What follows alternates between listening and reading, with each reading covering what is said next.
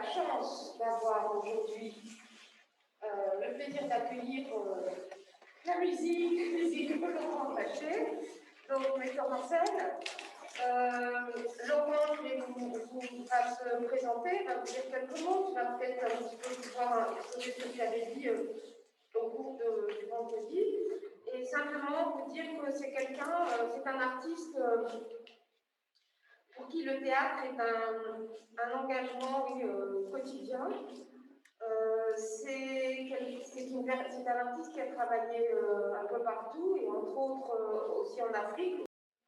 Et donc, pour qui le théâtre est réellement un engagement, il a aussi il fait partie de l'équipe du théâtre de la Manufacture, Théâtre national dramatique de Nancy, et donc dirigé par Michel Guillim, qui bientôt va discuter la direction. Michel Guillim et Véronique Belliard qui ont en parallèle fondé ce festival qui s'appelle le Festival de la mousson d'été à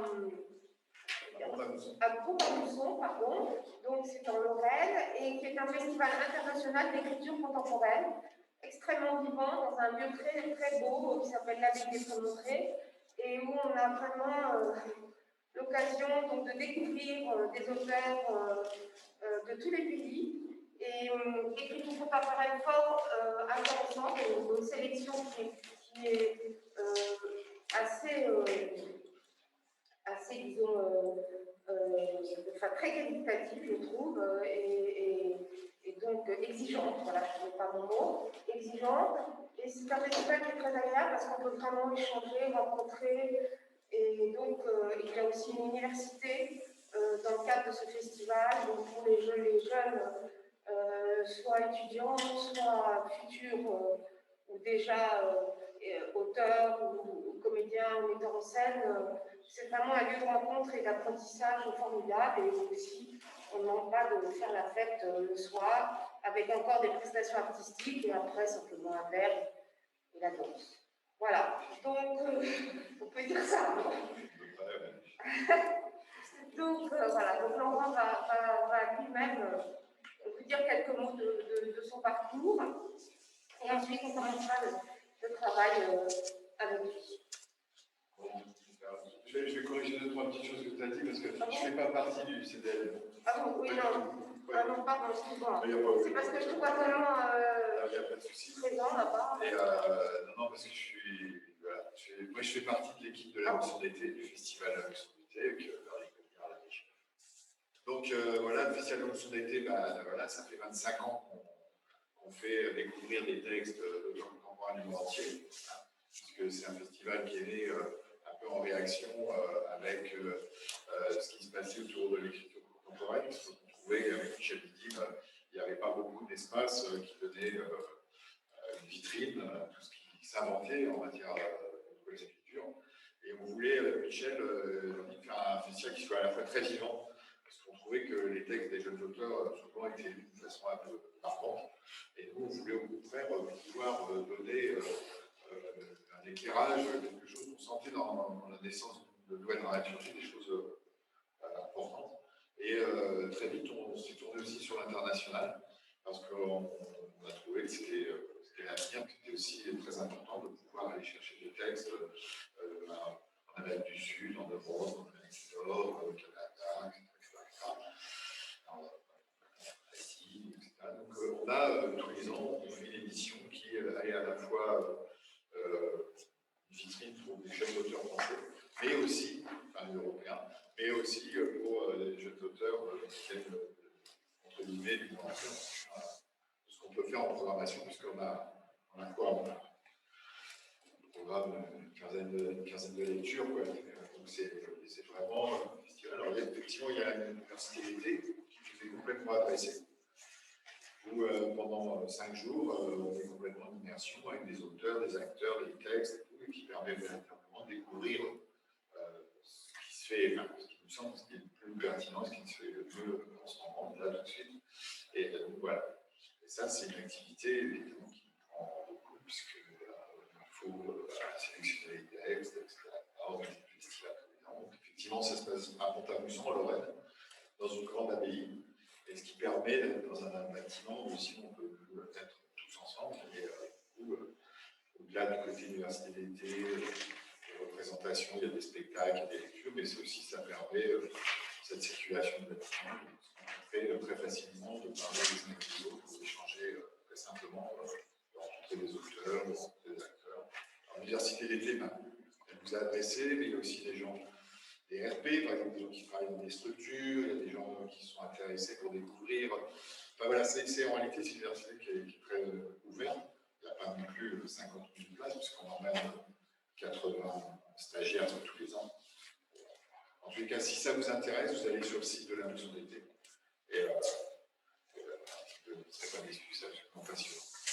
Oui, puis c'est un festival qui a lieu à la fin du mois. Oui, c'est fin août, donc ça fait beau, ça voilà. Normalement, vous êtes encore en vacances, je vous conseille, enfin, c'est vraiment bien. Et puis c'est aussi, si je peux me permettre, Laurent, c'est aussi un festival qui brasse les différentes générations.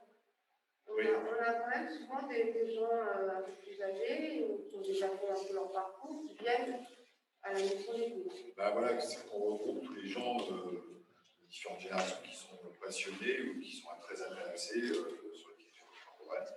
Voilà, donc c'est un éventail qui est assez large. Voilà, sinon moi, je suis metteur en scène. Par ailleurs, j'ai une compagnie, la compagnie Citronnin, qui est basée en Lorraine. C'est pour ça que je crois souvent en Lorraine. Oui, c'est ça. C'est parce que. Non, mais c'est pas grave.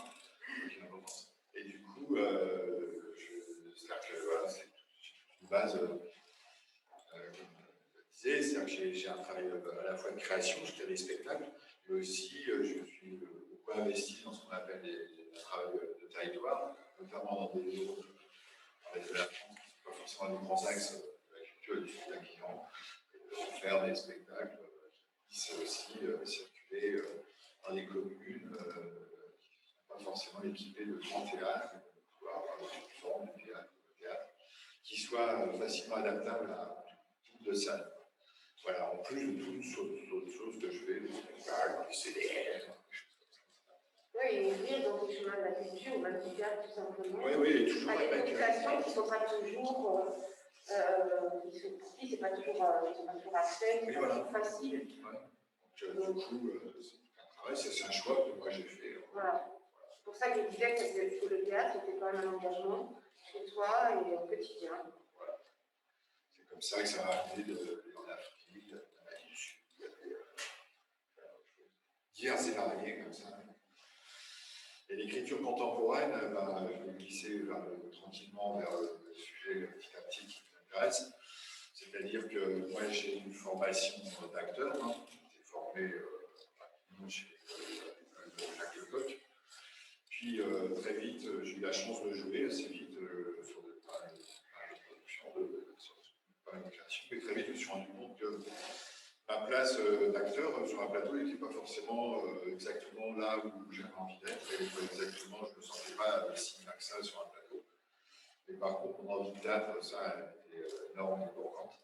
Et puis, par un concours de circonstances, j'ai eu la possibilité de faire de l'assistant à la mise en scène, puis des premières mises en scène. Et là, voilà, j'ai compris où être et ce qui m'intéressait et là, et aussi, évidemment, ce qui m'a tout de suite intéressé, c'est les auteurs contemporains. Je trouvais que c'était vraiment, ça correspondait complètement à l'idée que moi j'avais envie de pratiquer le théâtre. Alors, moi, quand je commence, il y avait un lieu qui était un peu un petit lieu, mais qui était quand même une espèce de cathédrale de l'écriture contemporaine, qui était Théâtre Ouvert, qui est Théâtre Ouvert et qui existe toujours d'ailleurs. Vous connaissez ou pas ce théâtre? Voilà. Qui a déménagé maintenant. Qui est dans le 20e. Voilà. Et qui était dirigé par Micheline et Lucien Atoun, un couple mythique. Et Lucien Atoun, qui était aussi directeur de ce théâtre, est aussi un monsieur qui a fait énormément pour l'écriture contemporaine en faisant des émissions à France Culture, en faisant enregistrer des textes de jeunes auteurs.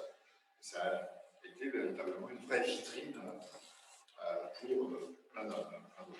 Entre autres, on peut dire Eugène Eugénie, Noël Renaud, Diana, Zocorman, et un certain qui va nous intéresser particulièrement aujourd'hui, un certain Jean-Luc Lagarce, et qui était donc un auteur, un jeune auteur qui très vite est tombé, tant mieux, dans les mains de Lucien et Michinato. Alors, Lagarce, c'est un auteur qui vient de l'Est de la France, hein, il vient de Besançon, à côté de Besançon, hein. Là, Sochaux, par là où on a les usines Peugeot. Et lui, il a créé une compagnie qui s'appelait le Thème de la Roulotte. Et pour le Thème de la Roulotte, il va se mettre non seulement à monter Molière ou Lescaut, mais il va se mettre à écrire des textes. Et il fait partie de cette génération, donc très vite. Alors, très vite, ses premiers textes, il va les envoyer à Lucien et Michinato. Et témoignage de Chatoun, il lit le premier texte qu'il reçoit de Lagarce, ça l'ennuie copieusement. Je trouve que ce texte est vraiment une platitude, de cliché. Et juste à la dernière page, il y a une espèce de chose qui se produit. Il dit ce type, il a quelque chose là. Il a un truc. Et du coup, il l'appelle, il le fait venir, et il lui parle de cette dernière page, et il le relance. Et il lui dit, bah voilà, faut que tu écrives, faut que tu continues, mais vraiment, c'est là, comment tu termines ton texte, c'est comme ça qu'il faut que tu creuses ton écriture. Et du coup, il va y avoir une grande complicité qui va naître entre Lagarce et les Atoun Intercouvert, puisque systématiquement, tout ce qu'il écrira, Lucien et Michinato seront ses premiers lecteurs. Et ils feront à chaque fois une critique assez dure, je crois, d'après ce que j'ai compris. Ils ne font vraiment pas de cadeaux, mais finalement, c'est le meilleur service qu'ils lui ont rendu. C'était comme ça, hein, de toute façon. Il y avait une très très grande exigence et tout les pas autour du pot, ça c'est clair. Et donc ça a été super. Et du coup, il va développer comme ça toute une nouvelle dramaturgie. C'est la génération qui est avant ma génération de théâtre, quoi. C'est-à-dire que c'est la génération juste avant. C'est sur eux que moi je vais découvrir en gros sur Lagarce, sur Nana, sur Renaud, sur Kerman, sur Durif, l'écriture contemporaine. Et c'est aussi, ça va être finalement la clé pour en découvrir plein d'autres, quoi. Ça va être un chemin central, puisque on l'écrit toujours pour le théâtre, ça c'est fabuleux. Donc voilà. Et donc pour revenir à Lagarce, il va. Alors, il est aussi dans les années 80. Lagarce, je saute un peu, je sais que c'est un moment, mais est homosexuel. Et c'est des années où, malheureusement, l'épidémie arrive, c'est le sida. Et donc, il va arrêter le cancer positif, il finira par mourir du sida. Jeune. Très jeune, hein. Non, je ne sais pas, mais il y a un.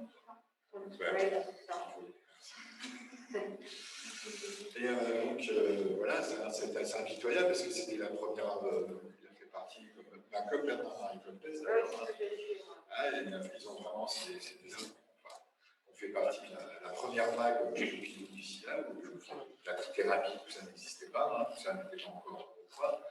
Et donc, ils ont été balayés très, très rapidement par la nature. Voilà. Ensuite, il a donc écrit plusieurs pièces. Hein. Il y a la pièce sur laquelle on va arriver, on peut dire quelque part, transpire cette chose-là, puisque très vite il a annoncé qu'il était malade, il ne l'a pas caché. Hein. Alors qu'à l'époque, c'était, dans cette première vague, c'était quelque chose d'extrêmement. Ça se disait pas forcément. Ça se disait pas beaucoup. C'est-à-dire qu'il fallait pas mal d'audace. Mais par contre, dans son théâtre, en soi, il ne le dit pas. Et par contre, cette espèce de menace de mort qu'il a sur les épaules en permanence, à partir du moment où c'est positif, va être transpiré d'une certaine manière dans son écriture. Et donc voilà. Et du coup, il va écrire vraiment des textes admirables. Il y a eu un film là, récemment de Dolan, c'était Xavier Dolan. Voilà, merci. Juste avant la fin. Oui, c'est ça. Et qui est absolument extraordinaire. C'est un texte de oui, c'est un film qui est complètement adapté, de ces pièces, qui est vraiment formidable. Ouais.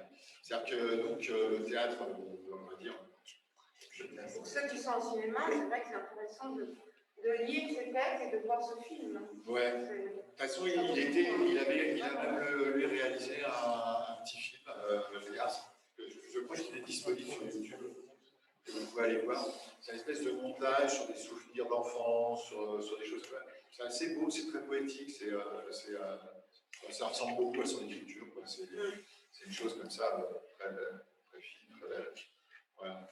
Et puis en parallèle, donc voilà, alors avant de passer du parallèle, donc Lagarce, il a cette espèce d'écriture comme ça, où il va libérer énormément de choses, quoi. Il va faire aussi, il va faire un petit peu, commencer à faire disparaître la notion un peu classique du personnage. C'est-à-dire qu'il va arriver, c'est des personnages qui vont être presque des voix intérieures, des échanges de voix intérieures, concrètes, directes. Ça va être une parole beaucoup plus sur soi, sur l'intérieur, comment ça se partage, comment ça reste beaucoup sur des situations familiales, beaucoup sur des situations un peu comme ça fermées, et qui aussi finalement, lui, ça peut se comprendre aussi, on peut aussi, si on veut trouver des échos par rapport à lui, à sa vie. Imaginons, on est dans les années 80, l'homosexualité était quand même quelque chose qui n'était pas du tout encore... Non, c'est encore très tabou. C'était très tabou, hein, puisqu'il va falloir vraiment attendre les années 80 pour que ça soit... Ouais, à partir des années 80, ça va bouger, ça commence à bouger, mais c'est assez compliqué d'être homosexuel en province, à Héricourt, côté de Sochaux, dans une ville ouvrière, etc. C'était assez, je pense, assez compliqué pour lui. Et du coup aussi, il rentre dans la vie parisienne, dans la vie théâtrale, c'est aussi un espèce de grand mouvement de libération. C'est quelque chose qui va exploiter. Et puis cette espèce de difficulté de sortir du carcan familial, finalement, il va souvent l'exprimer dans cette pièce. Il y a récemment, il y a eu des choses comme ça très intéressantes qui ont été faites. Mais si, il y a Pierre-Louis. Oui, c'est ça, Édouard-Louis, retour à Reims. Retour à Reims, qui a créé mon père, qui a été donné au théâtre Elisabeth. Voilà, on est dans cette veine-là. Pareil, l'auteur, Édouard-Louis, donc, il vient d'un milieu ouvrier, je ne sais plus de quel compte. C'est pareil, voilà, et en fait, il le dit, c'est bon, et ça dans Retour à Reims, notamment. Attends, c'est ça qui a été voté par Ostermayer. Voilà, c'est ça. En fait, c'est très intéressant, je trouve ça incroyable. C'est d'abord, il le dit, c'est par mon homosexualité, finalement, c'est mon homosexualité qui m'a sauvée et qui m'a fait accéder à la culture. Parce que c'est comme ça qu'il est parti, en fait, de chez lui. Et c'est de fait de son homosexualité. C'est ce qu'il dit, et je trouve ça très intéressant, et c'est accès à la culture, justement. Et il y avait autre chose aussi, je trouve que c'est assez formidable que ce soit un auteur allemand qui s'est emparé d'un texte français pour mettre à l'écoute, en public, en scène, un sujet qui est quand même assez assez courageux, parce que ça entraîne aussi tout ce rapport des intellectuels avec des gens qui n'ont pas accès à la culture. Et c'est cet auteur allemand qui s'est emparé de ça. Enfin, il y a un certain courage de la part de Ostermayer. Et avec aussi la fin, la partie intervenant, les gilets jaunes, etc. Donc, c'est pas la française. Rien n'est jamais acquis. Non, rien n'est jamais acquis. Donc voilà, excuse-moi, je t'ai coupé. C'est vrai que ce rapprochement entre Lagarce et Édouard-Louis c'est intéressant, c'est qu'il y a une dynamique commune, en tous les cas, de pouvoir casser un carcan. Et avec une différence de 20 ans, en fait, de génération. Lagarce. Même un peu plus, je pense. Voilà. Donc ça aussi, aussi, c'est intéressant de voir comment ça continue, en fait. Donc ça, on va voir. Et l'autre auteur que je mets en parallèle aujourd'hui, donc on va un petit peu travailler dessus aussi, c'est Aziz Chouaiki. Alors, c'est une même génération que Wagner. Mais ça n'a strictement, c'est un autre parcours. Lui, donc, il est né, Aziz, il est né en Algérie. Hein. Et puis, c'est quelqu'un qui a eu très brillant, puisqu'il a fait un doctorat sur James Joyce. Hein, c'est pas rien. Il était aussi, il avait une maîtrise de philosophie. Il parlait de Camille Lara, de français, l'anglais, l'espagnol. L'oral et à l'écrit. Il était doué en linguistique. Il était très très doué en tout ce qui était linguistique. Et lui, il était, au départ, il n'était pas spécialement destiné à devenir dramaturge. Il était en Algérie, il faisait des chroniques dans la presse et il était musicien. On l'appelait, c'était le Jimi Hendrix d'Alger. Et il était directeur artistique d'une boîte de nuit à Alger, l'Étoile, qui était à peu près, je ne sais pas si vous voyez ce qu'était à Paris, le Palace. Je ne sais pas si vous... Bon, c'est-à-dire qu'à cette époque-là, à Alger, on avait même avant Paris et Londres, les derniers albums de Prince, comme ça. Voilà. Et lui-même, il était surnommé le Jimi Hendrix d'Alger.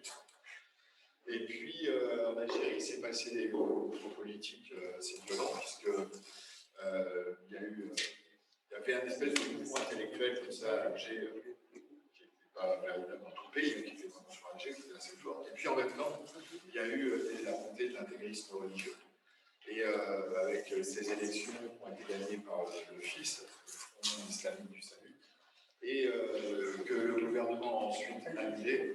Et ça a provoqué une espèce de guerre civile assez abominable, très abominable, avec notamment naissance d'un groupuscule qui s'appelait le GIA, groupe islamique armé.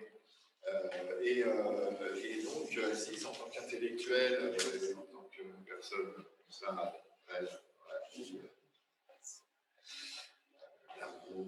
tout très vite, il a été menacé de mort par le GIA. Et il a été obligé de fuir l'Algérie. Et il est arrivé à Paris.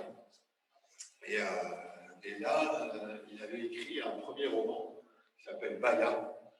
Et ce roman, il l'avait envoyé à un certain metteur en scène qui est décédé récemment, un certain Jean-Pierre Vincent. Vous en avez parlé, Jean-Pierre Vincent, qui a dirigé le Théâtre des Amandiers. Et Jean-Pierre Vincent va faire un premier travail autour de l'écriture d'Aziz, qui passera à peu près inaperçu. Et puis Aziz a écrit, en arrivant en France, un texte absolument fondateur, un texte qui s'appelle Les Oranges, qui raconte 150 ans, enfin même plus que ça, de l'histoire d'Algérie. Il raconte l'Algérie depuis le moment où le premier soldat français a posé le pied sur la terre d'Algérie. Il n'était même pas l'Algérie, c'était Alger, puis après, et donc ce texte, il va raconter finalement 150 ans d'histoire de présence française en Algérie, et en même temps, surtout, comment les cultures, comment sa culture s'est brassée, comment il est devenu autant le fils de Victor Hugo que de Boileau, ou de quel personnage de Alger, comment il est devenu d'abord un farouche ennemi de Camus, pour dire passionné de Camus.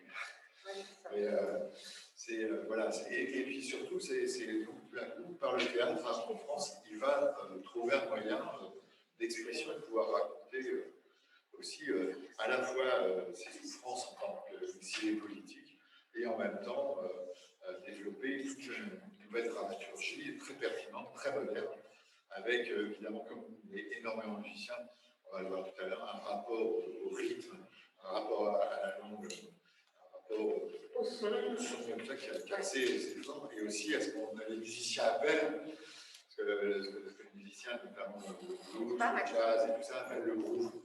Je ne sais pas si vous avez déjà entendu parler du groove, mais c'est quelque chose d'impalpable, mais c'est ce qui donne l'âme de quelque chose, notamment la musique musicale. Aziz va énormément développer cette notion-là, c'est-à-dire qu'il va travailler son écriture comme il travaillait sa musique. Ce qui arrive en France, à part jouer pour lui, il n'a plus jamais trouvé de groupe, enfin bref, les choses se sont... C'est compliqué, hein. On arrive en exil, quoi. C'est des choses, c'est pas simple dans une vie.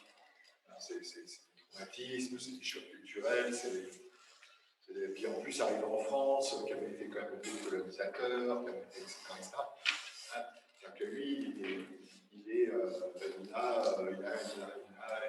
il a presque 14 ans au moment de l'indépendance en Algérie, quoi. Donc il la vit pleinement.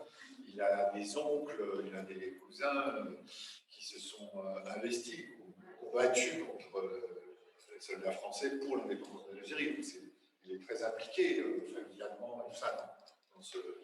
Et se retrouver exilé politique en France, c'est quelque chose qui n'était pas si simple que ça pour lui à assimiler, quoi. Il n'avait pas spécialement le choix. C'est passé. Et d'ailleurs, c'était assez marrant parce qu'il n'habitait pas très loin d'ici, parce qu'il est décédé. Et il habitait à Épinay-sur-Seine. Il avait fait le choix d'aller habiter à Épinay-sur-Seine parce qu'il trouvait que c'était ces banlieues-là qui ressemblaient plus au quartier où lui il habitait à Alger. C'est là où il trouvait le plus de vie, d'aller dans les kebabs, dans les épiceries, dans les machins, et tout ça. Il avait l'impression de retrouver la vie grouillante et populaire d'Alger, beaucoup plus que dans le centre-ville de Paris où il se sentait totalement l'Algérien étranger, alors que finalement, à Épinay-sur-Seine, il va au contraire se sentir très vite très à l'aise dans cette banlieue. Et oui, on a eu la chance d'ailleurs de l'accueillir, une chance, je pense que je l'avais dit, avec un groupe d'étudiants, il y a intervenu 2 fois, on a fait un travail plus comme ça d'échange et de théorie, et après on a fait un travail pratique avec Aziz en automne 2019. Et en effet, il est décédé en avril 2020. Oui, mademoiselle. Mais du coup, est-ce que c'est lui, alors du coup, on rentre dans sa vie, mais est-ce que c'est lui qui a choisi de venir en France tout en ayant le contexte politique? Pourquoi est-ce qu'il a pas choisi? Parce qu'il a choisi la France pour une raison extrêmement simple. C'est qu'à Alger, il avait rencontré une jeune femme qui était de Rennes, de Paris, qui était journaliste, et ils ont eu une histoire d'amour fabuleuse. Et donc, elle avait du coup, en vivant avec Aziz à Alger, elle a pu avoir la double nationalité, française et algérienne. Et quand il a fallu, parce que si tu veux, quand ils sont partis, c'est un matin, Aziz, il a eu dans sa boîte aux lettres une savonnette et un linceul. Ça veut dire que les gars, ils avaient décidé de le tuer dans la journée, quoi.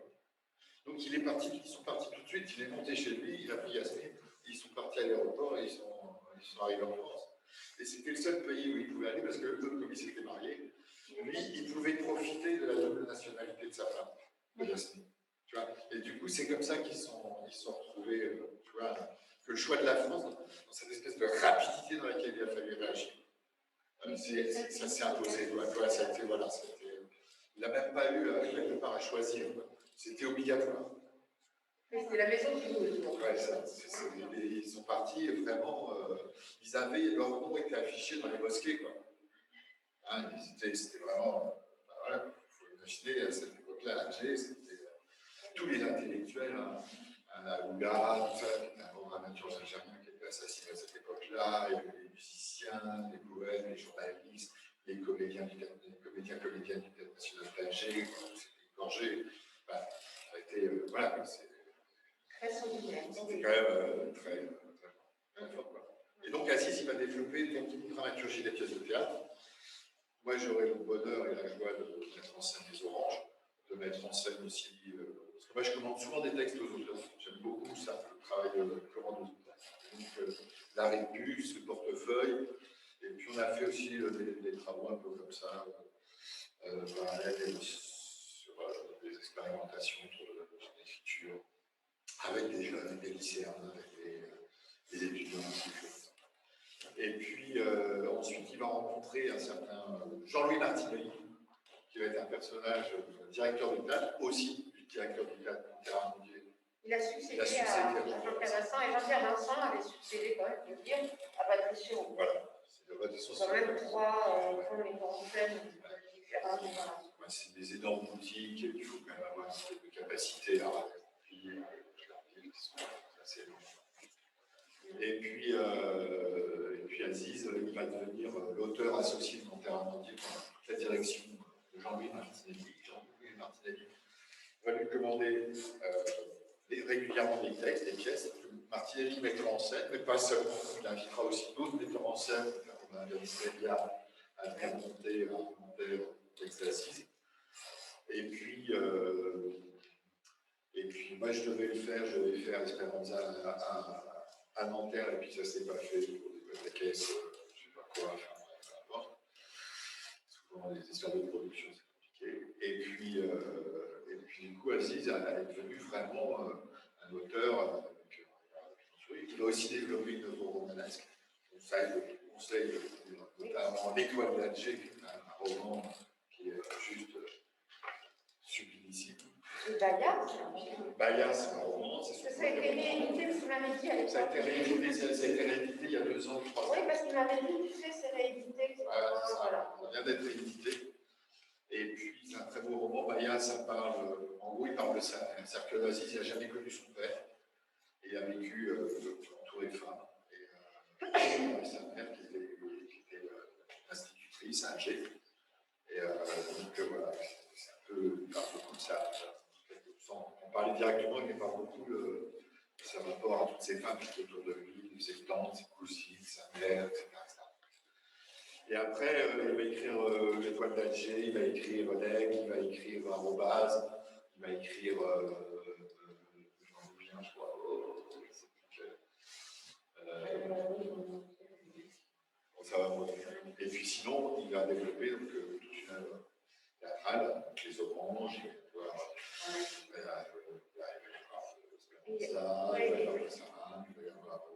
y avoir une dizaine de pièces, une quinzaine de pièces.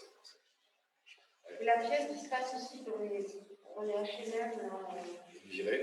Voilà, une virée qui est formidable. C'est la virée, il raconte, alors les oranges, il raconte l'histoire. Vous allez voir l'extrait que j'ai choisi, c'est ses parents, on va voir ça tout de suite, sur comment l'angle est sur son écriture.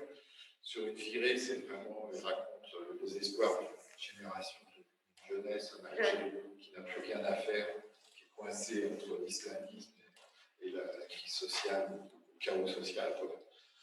Et du coup, qui finalement par cette espèce de chape religieuse, décultive. C'est aussi l'ignorance. Voilà.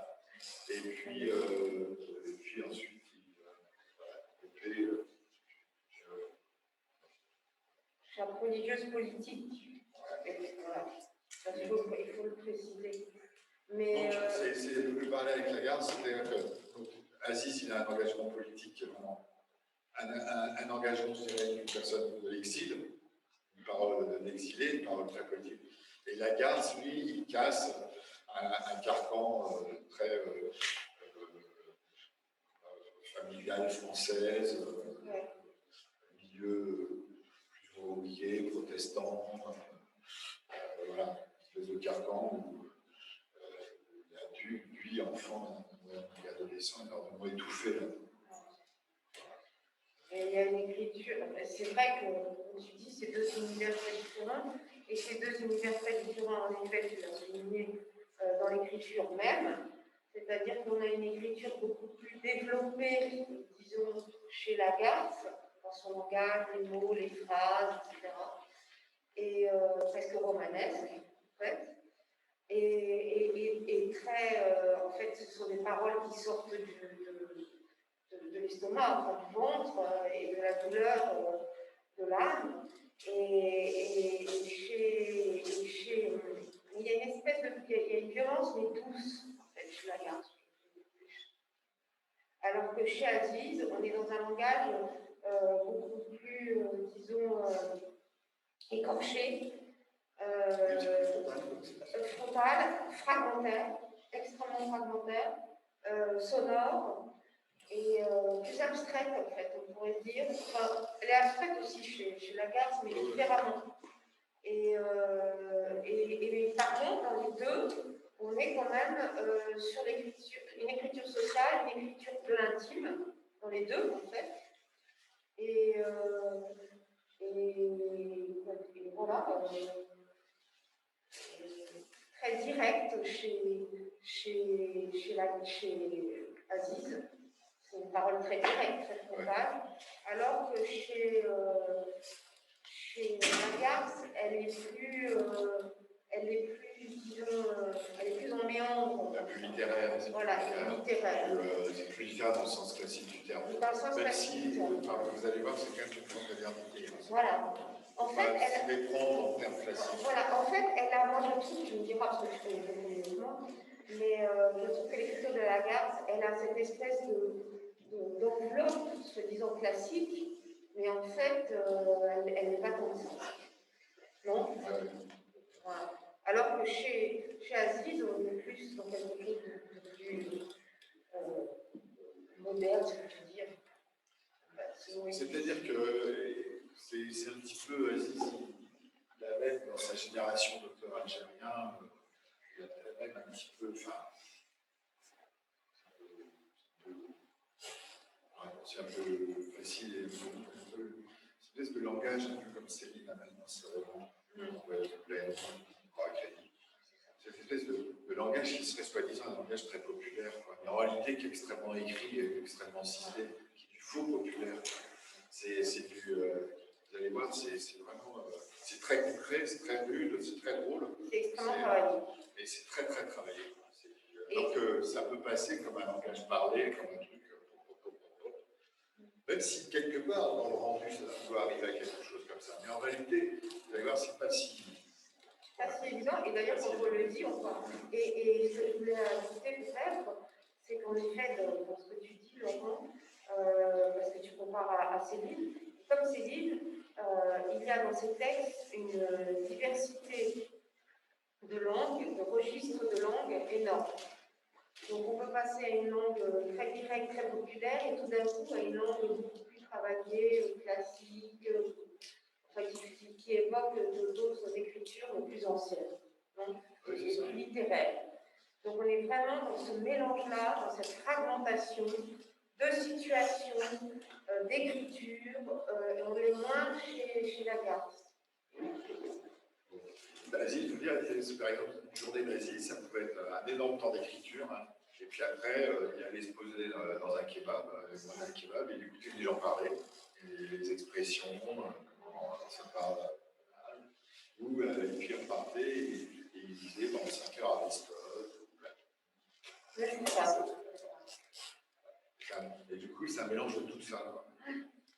Plus la musique, évidemment, qui est hyper importante. Est-ce que vous avez des questions peut-être à poser à Laurent sur le moment? Marwine. J'avais ma question sur votre métier de metteur en scène. Ouais. Vu que je trouve que c'est pas évident quand même de partir dans un pays avec une autre culture et de mettre en scène une œuvre qui doit être soit nouvelle pour eux, ou sinon qui n'est simplement pas de leur culture, ou dire, la difficulté à mettre en scène tout ça, à s'exprimer avec eux, à leur faire comprendre nos idées, puisque c'est pas leur habitude. C'est très compliqué. Enfin, c'est très compliqué. C'est un grand voyage. C'est-à-dire, si tu veux, par exemple, pour l'exemple, ce que j'ai fait au Tchad, en Afrique, bon, j'y suis allé plusieurs fois parce que j'étais en résidence sur plusieurs années. Donc, voilà. Puis, sur une période, j'ai monté Nous les héros de la Garcie, ces dernières pièces qui se passent, comme ça pour le faire très rapidement. C'est l'histoire d'une troupe qui déambule dans une Europe en guerre. C'est très entrecoupé dans le texte de la garde, on a de Kafka, c'est chaud. Donc moi, ce que j'ai fait avec des acteurs, des actrices africaines, tchadiennes, c'est on a fait toute une espèce d'adaptation par rapport à la guerre civile au Tchad. Tu vois, comment ça, les enjeux, comment ça se passe, tu vois, on a même remplacé des villes par des villes tchadiennes, voilà, comme ça. Et puis, on a fait ce qu'on va un peu faire tout de suite, là, tout un travail de travailler à haute voix, à lire le texte, à déchiffrer le texte, à se mettre d'accord sur les enjeux, sur des choses comme ça. Puis après, on est passé au plateau. Et là, j'ai vu les actrices, les acteurs, ils ont pris le texte, balancé, et ils ont joué les scènes, mais il n'y avait pas un mot de la garce. Mais en même temps, tous les enjeux étaient là. Et si tu veux, à partir de ce moment-là, ça a été pour moi, nous, on garde le texte quasi presque trop religieusement, même, tu vois, on vient au texte, c'est le texte qui a raison, à l'auteur, etc. Et j'ai été très frappé comment eux, ils avaient tellement bien compris les situations et les enjeux entre les personnages, c'était distribué, ils avaient tous des personnages, et comment ils arrivaient à percevoir ça, par la force de leur culture orale. Et que du coup, pour moi, c'était le début aussi d'un long voyage.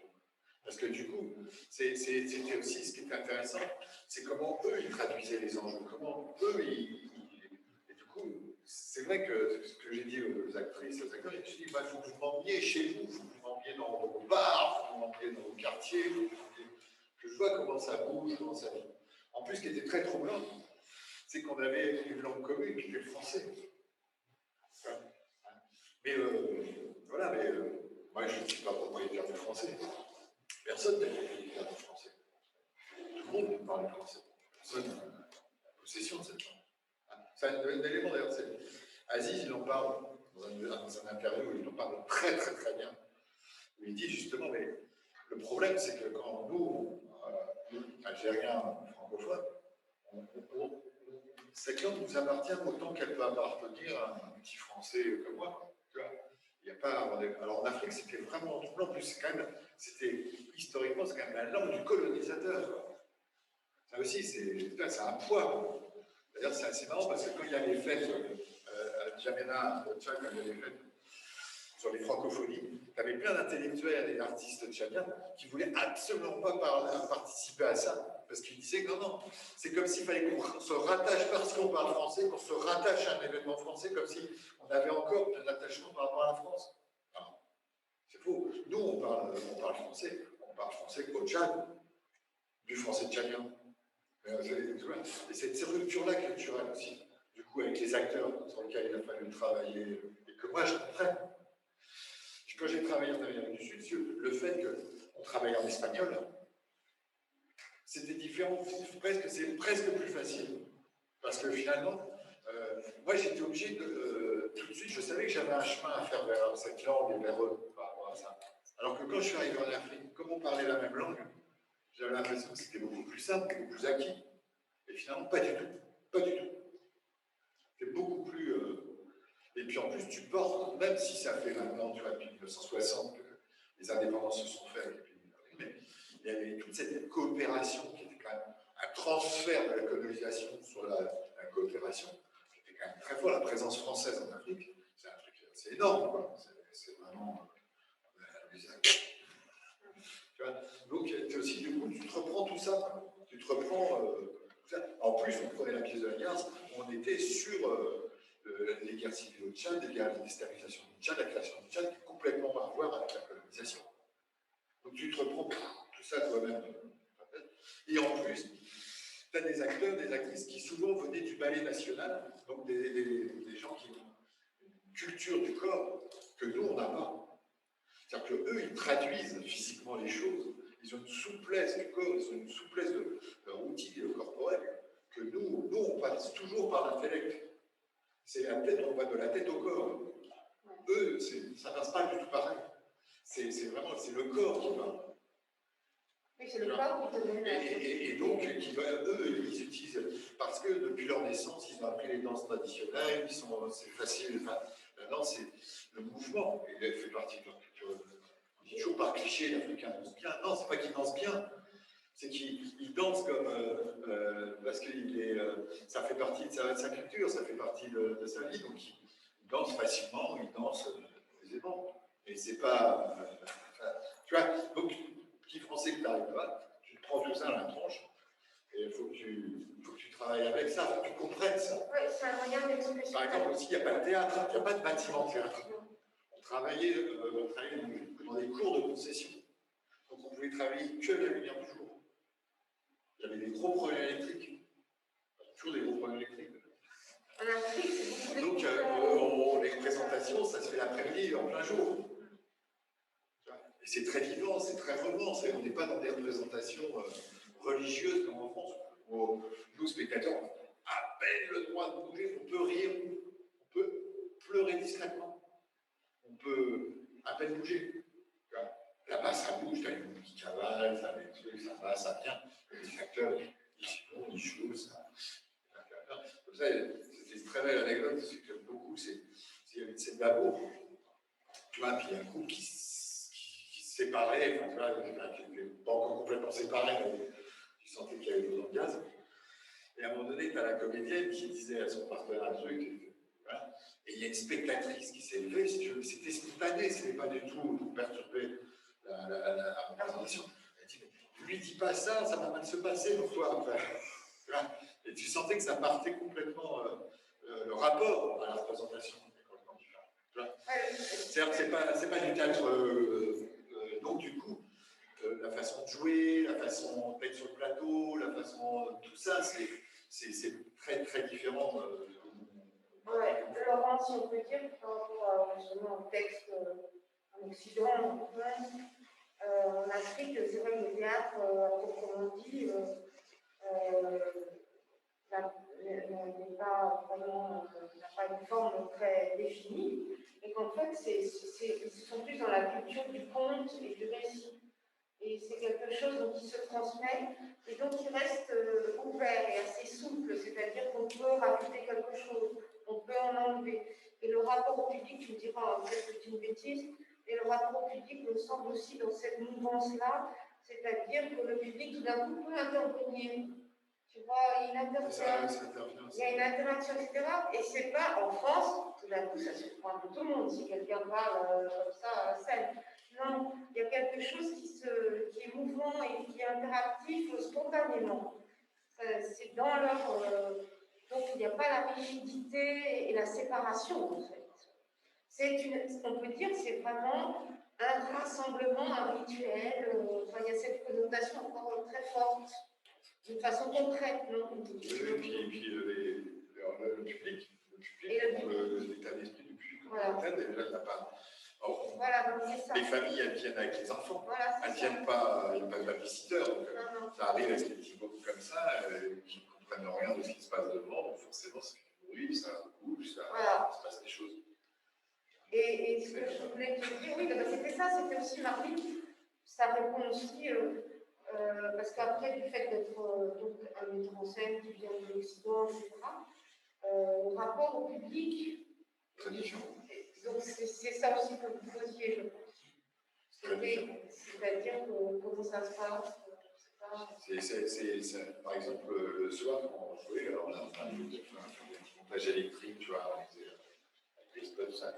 Donc, les gens, ils viennent. Hein. C'est assez chaleureux parce que quand l'information circule, les gens, ils viennent. T'attires vraiment beaucoup de monde, quoi. Et par contre, le spectacle se termine. Tout le monde s'en va. Il n'y a quasiment pas d'applaudissements. Alors là, tu dis, bon, ça y est, j'ai fait un beat pas possible.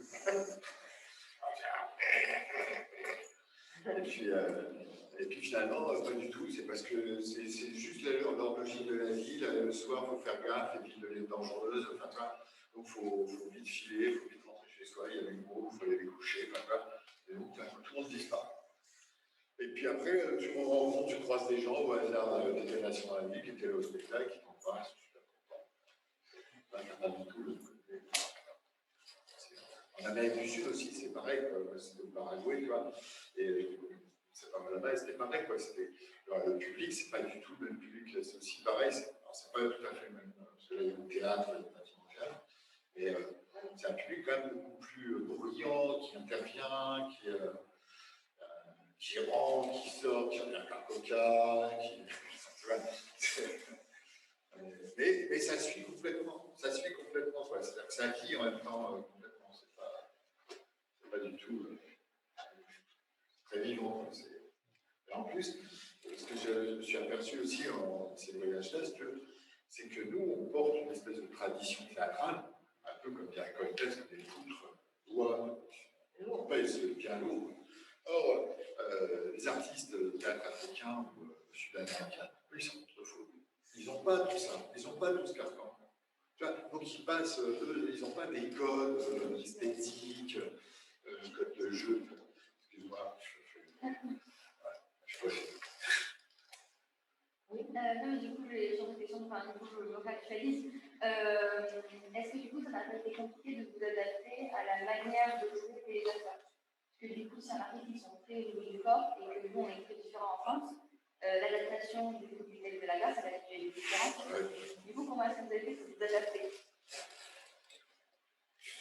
C'est un long voyage, quoi. C'était de comprendre comment les actrices, les acteurs, ils bougent, ils respirent, ils inventent, ils traduisent le texte de la glace, à essayer de les ramener le plus possible, puisque moi je trouve que c'était intéressant même pour eux, quelque part, que moi j'aille vers eux sur leur façon d'imaginer et de vivre cette théâtre. Mais aussi qui viennent un peu vers moi sur leur façon aussi de pratiquer le texte, qu'il y a une sorte d'aller-retour, en tout cas, une sorte de partage. Mais oui, c'était assez compliqué. C'était assez compliqué parce que si c'est un jeu souvent, tu vois, par rapport à la gare, c'est un jeu souvent très démonstratif. Par exemple, au Tchad, l'homosexualité aujourd'hui n'existe pas. Tu vois, comme Cameroun, c'est-à-dire que l'homosexuel, il peut aller en prison pour trouble, meurtre, je ne sais pas quoi. C'est-à-dire que, donc, quand tu rentres dans des textes de la gare, c'est avec des problématiques sur ça, par exemple. Tu es obligé, bien sûr qu'ils comprennent, parce que bien sûr qu'il y a des homosexuels dans la société, mais qui sont complètement cachés, qui ne peuvent absolument pas être. Tu vois. Donc tu es obligé de trouver des façons de faire, des façons de dire, des façons d'être, que le public perçoit extrêmement bien. Mais par contre, tu ne peux pas le nommer. Ah, c'est ça. Voilà. Donc, il y a des choses comme ça, en fait, tu ne peux pas. Par exemple, tu rigoles beaucoup, beaucoup, tu as énormément de rire. Mais le rire, c'est aussi une façon de dissimuler ce qui ne peut pas se dire ou ce qui pourrait gêner. Alors tu ris beaucoup, voilà, c'est très joyeux. Mais c'est aussi souvent un rire qui cache beaucoup de choses, qui camoufle beaucoup de choses. Oui, c'est pour étouffer ce qui ont un peu sur le. C'est passionnant, hein, c'est vraiment passionnant aussi. Est-ce qu'il y a d'autres questions? Parce qu'autrement, je propose qu'on fasse 5 minutes de pause et qu'on passe après. Alors, Sur les textes. Un peu comment tu peux procéder. Eh ben, moi, je pense que ce qui est bien, c'est on va commencer peut-être par lire un peu la gare, voir un petit peu, on va parler plus aussi du rapport de ce que c'est que la lecture, le travail à haute voix pour moi, je vais vous considérer comme mes acteurs, les actrices. Et puis, et en même temps, voilà, j'essaie de répondre à des questions que vous pourriez avoir aussi par rapport à la spécificité de ce temps de travail en répétition.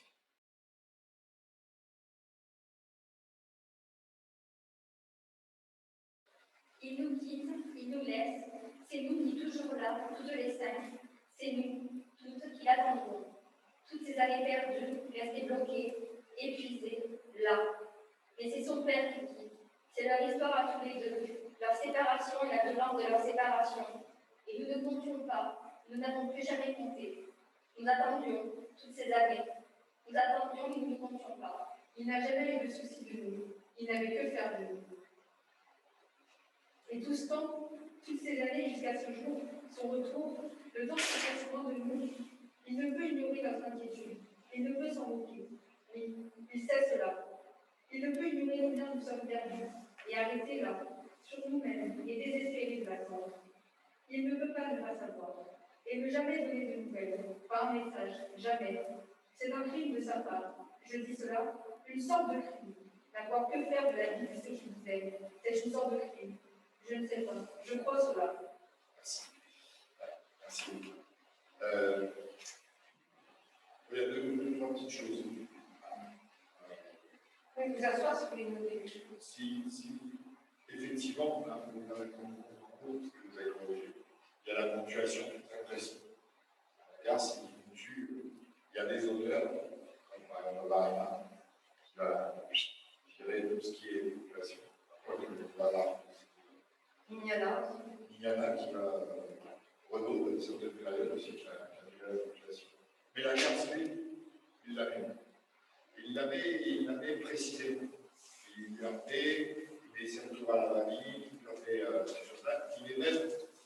Il donne des indications, il lui met même par exemple, sur la réplique de l'aîné, la première réplique de l'aîné, il met des larmes italiques. Donc, quelque part, il nous indique qu'il veut que, quelque part, dans le jeu, l'acteur ou l'actrice invente quelque chose par rapport à ça, le prenne en considération. Que ce soit pas que ce soit un là, mais le là, d'un coup, il doit devenir quelque chose. Ensuite, on est sur un sujet commun, avec un éclairage différent pour chacune, mais c'est donc toujours autour de ce frère. Donc c'est le il qui revient souvent, le fameux il ceci, il cela. Mais en même temps, le il n'a de valeur que si vous, en même temps, à partir du moment où vous parlez de vous, c'est vous et il, c'est vous par il, ou c'est il par vous. Donc, par exemple, sur la seconde, souvent sur la deuxième réplique de la seconde, même la première, la seconde utilise beaucoup le il ceci, il cela, il. Hein. Alors que par exemple, donc ça c'est pareil, hein, il est important. C'est comment chacune se rapproprie l'histoire de ce frère. Ça passe beaucoup par le texte. Toujours, on va retrouver ces histoires laïques. Hein. Ça c'est pareil, on invente quelque chose. Alors, c'est pas. Je vous laisse le flou. Et puis, toujours dans les mythes, hein, c'est très important. C'est-à-dire qu'on a un auteur qui nous ordonne le texte de façon bien particulière. Donc, c'est comme pour les musiciens, il faut le suivre. Il faut le suivre pour voir déjà ce qui se passe, avant même d'avoir l'idée de mettre sa façon de faire. Déjà, il faut appliquer ce que vous met la glace. Ça, c'est vraiment important. Et il faut que les répliques entre chacun des personnages, puissent s'enchaîner. Il ne faut pas qu'il y ait de temps psychologique, il ne faut pas qu'il y ait de temps. Voilà. Mais par contre, ça nous oblige, dans les répliques, de prendre du temps. Alors, prendre du temps, c'est pas s'endormir dans la réplique et faire. On délie complètement le texte. Il faut suivre la réplique du texte. Il faut prendre le temps. Si on va trop vite, nous, spectateurs, on va avoir du mal à comprendre le caractère du personnage. En plus, vous voyez, il ne donne qu'une hiérarchie valeur au personnage, puisqu'on a la mère, on a l'aînée, on a la plus vieille, on a la plus jeune, on a la seconde. On n'est que sur une hiérarchie familiale. Et il n'y a aucun trait de caractère, c'est qu'une domination. Donc c'est que par comment ça va parler que nous, on va rentrer dans l'intérieur de quelque chose. Voilà, on est dans la parole-action. La parole qui déclenche une histoire. C'est ça, hein? Oui, complètement. Donc, ce que je vous propose, c'est de leur lire en prenant le temps qu'il faut, mais pas plus non plus, d'essayer d'enchaîner les répliques. Comme on va voir. Et puis on va voir ce qui se passe. Ce n'était pas vraiment le jour des adieux. Il est parti brutalement, a claqué la porte, a insulté son père et son père l'insulta, et a claqué la porte. Il ne me souviens pas qu'il m'a embrassé, qu'il en ait pris le temps, qu'il se soit soucié de moi ou d'elle. Tu vois, comme tu as des choses comme ça qui commencent par neveu, qui commencent par des. N'essaye pas de déplacer. Enfin, au contraire, prenez par le dessous. Attaqué par. N'essaye pas de les taper comme neveu. Si tu attaques par neveu, ne me souviens pas. Vous puissiez prendre. C'est des sonorités qui sont forcément des sonorités. Ce pas des sonorités sur lesquelles tu vas Reprends. Je ne me souviens pas qu'il m'ait embrassé, qu'il en ait pris le temps, qu'il se soit soucié de moi ou d'elle.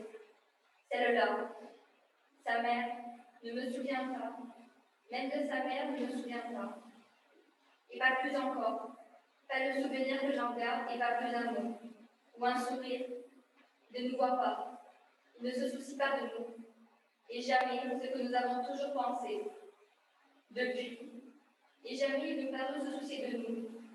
Jamais nous n'avons paru avoir de l'importance. Un quelconque intérêt pour lui. Mais aussi pensez bien, il faut toujours être très concret. C'est-à-dire qu'il ne faut pas se laisser emmener par une politique. Nous, notre job, c'est de la rendre concrète. Bah oui, vous écoutez? Ça, c'est important. Parce que si on fait de la poésie sur de la poésie, ça tient. On va perdre le sens. Vous comprenez? Ça, c'est vraiment important. Que vous ayez une conscience de la politique de la place.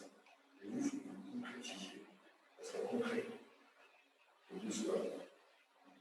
Et la poésie se fera de toutes les façons. Il nous quitte, il nous laisse, c'est nous qui toujours. Là, toutes les cinq, c'est nous. Il est en monde, de ces années perdues, la stabilité, et puis, là, mais c'est Simon qui est. C'est le Vas-y, reprends. Plus fort, plus fort. Non, plus fort. Tout à l'heure, tu étais sur la plus fort, c'est plus juste. Tu parles pas.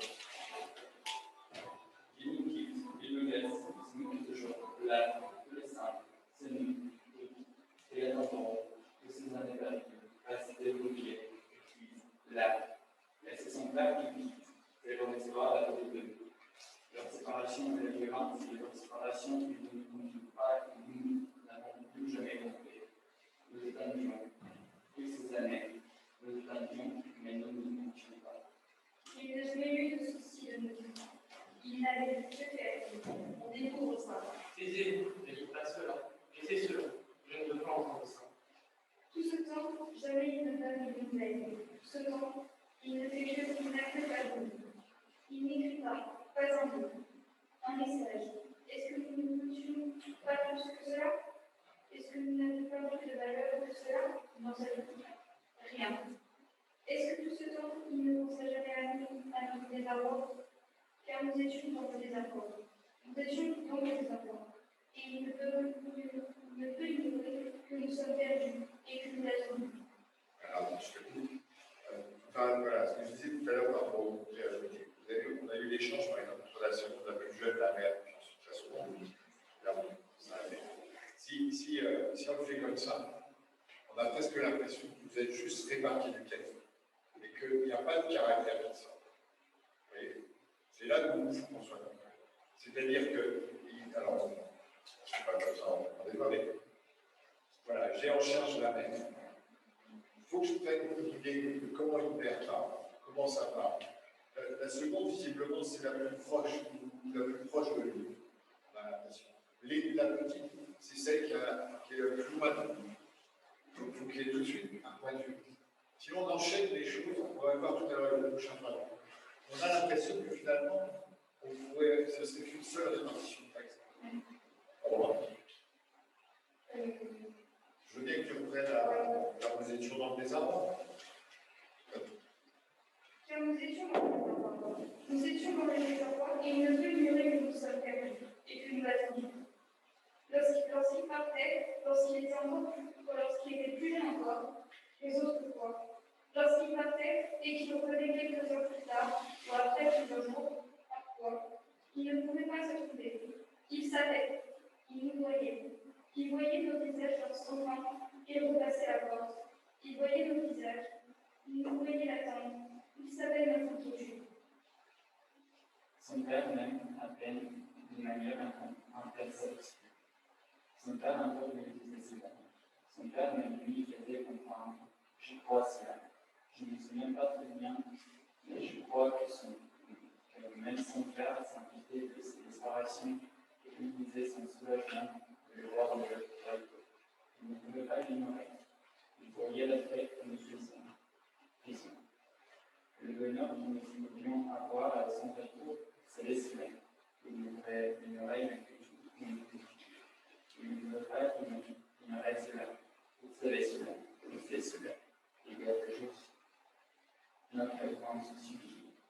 Et tout ce temps, toutes ces années, Excuse-moi, c'est pareil que tout à l'heure, c'est trop, presque trop haché. C'est pas assez fort du tout. Et du coup, on perd l'autorité de l'aider. On perd, tu vois, comment l'aider peut répondre à la demande. C'est une hiérarchie familiale aussi. Donc il faut toujours, il faut prendre au départ des idées assez simples. Puis après, on peut nous les donner, on peut affiner les choses. Au départ, on a intérêt à travailler sur des choses assez simples. Car voilà, c'est une famille. Là, il y a une qui, c'est la seconde, c'est la plus jeune, c'est la mère, c'est la plus vieille. Donc c'est une hiérarchie de famille. Donc il faut prendre ce que ça peut faire, une hiérarchie de famille. Puis après, on pourra revenir dedans, on pourra le remettre en doute, on pourra le basculer si on veut. Et déjà, on parle plus fort. Voilà. C'est comme si tu devais monter une tour. Ah, voilà. Tu reprends quand tu reprends, peut-être tu articules un peu plus. Non, c'est pas mal. Son père même à peine d'une manière encore sophistiquée. Son père encore lui disait cela. Son père lui faisait comprendre. Je crois cela. Je ne me souviens pas très bien, mais je crois que son père s'inquiétait de ses explorations. Il lui disait ce soulagement que les voir de la côte. Il ne pouvait pas l'ignorer. Il voyait la tête que nous faisions, le bonheur que nous voulions avoir à son retour. Il savait cela. Et il ne pouvait ignorer l'inquiétude de nos échanges. Il ne pouvait ignorer cela. Il savait cela. Il sait cela. Il a toujours su. Notre grand souci. Notre grand souci de lui, il faudrait presque trouver un sort, trouver quelque chose qui change de la façon de parler. La façon de parler, c'est pas forcément klaxonner, c'est pas forcément taper fort, mais c'est de trouver une façon, par rapport à l'application de Claude Animal Dynamique, c'est un qui cherche véritablement de faire entendre vraiment le disent, l'acteur, l'actrice, le disent d'une façon particulière, toute sa façon de faire. Il faut faire attention toujours à ne pas se faire emporter par la musique du texte. La musique du texte, il faut s'en méfier. Il faut plutôt lui faire confiance.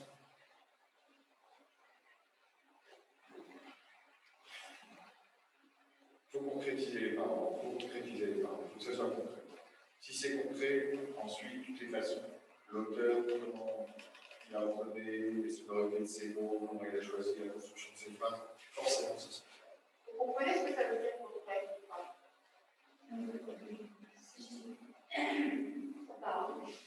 Si je dis pas de bêtises, c'est sortir le texte d'une manière à ce qu'il soit audible et compréhensible avec un caractère. Voilà.